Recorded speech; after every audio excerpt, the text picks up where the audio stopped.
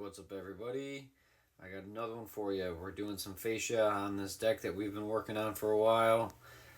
We are doing, what is it? It's 14 foot, 11 and a quarter by half inch TimberTech Composite Fascia. And a lot of people like this stuff because it's supposedly low maintenance. But yeah, so it's just a composite core with a plastic exterior, and we're setting up our platform right now so that we can do this section. And you see there all the shims on the outside of that bond board. That's just due to getting the fascia exactly where they want it in relation to that perimeter board that is on the deck itself.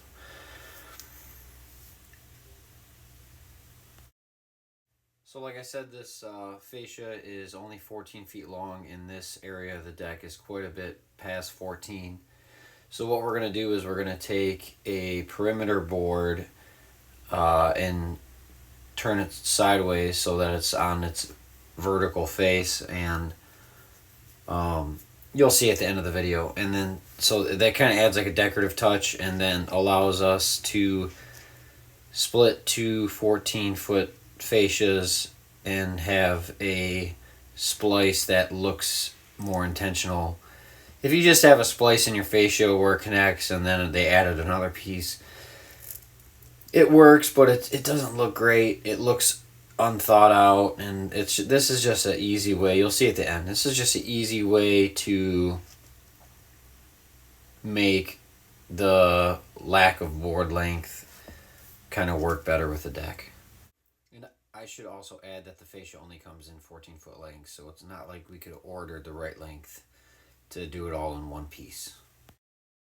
Alright, so here I am adding that decorative piece in the middle, and I use middle loosely when I say that because it's not necessarily middle for where the framing is, which, I mean, I guess it should all be, the middle for everything should all be the same, but you know, no framing's perfect, I guess. But it might have been, honestly. I just went off of the middle of that railing because that's where the middle is supposed to be.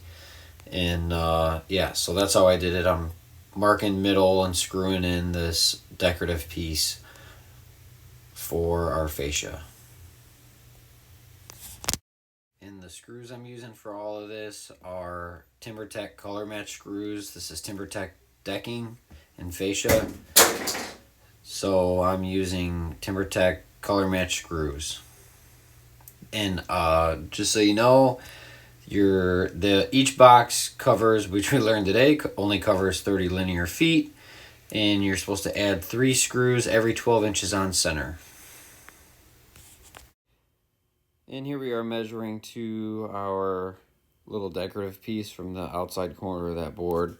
And make sure when you're doing boards of this size, like the height, I guess if you want to call it, the 11 and a quarter, make sure you measure top and bottom, and also check how level or plumb everything is so that your measurements should be close, or really they should, I mean, in a perfect world they'd be perfect, but they should be close, and that way you'll get the best lineup possible.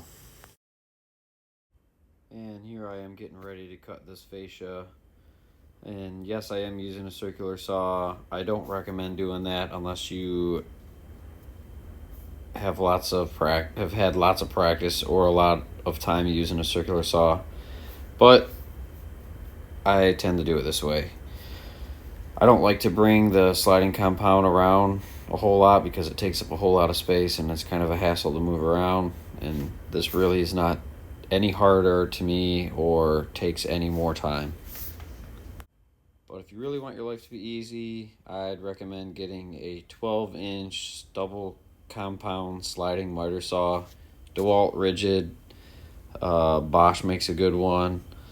I think Rigid honestly makes the best one. I'm moving away from their battery stuff, but their chop saws and table saws and tile saws have been great.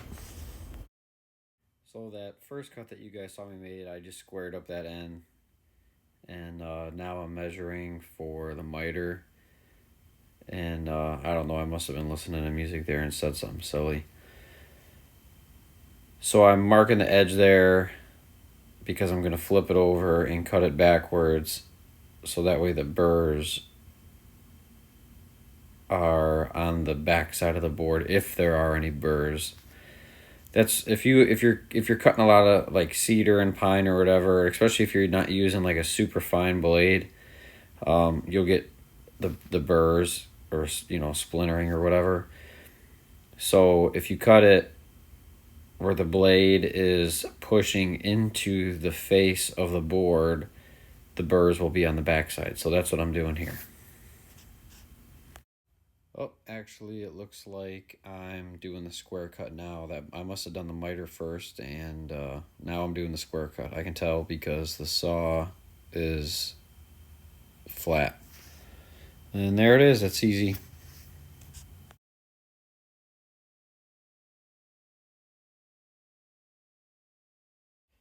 And here we are putting the fascia up that I just cut using the TimberTech color match screws, 3 every 12 inches on center. Yeah, thanks for watching, guys. Let us know what you think. This is just how we did it. Most of it was based off of manufacturer spec and requirements. And let us know what you think and how you guys go about doing this kind of stuff. Thanks for watching. See you next time.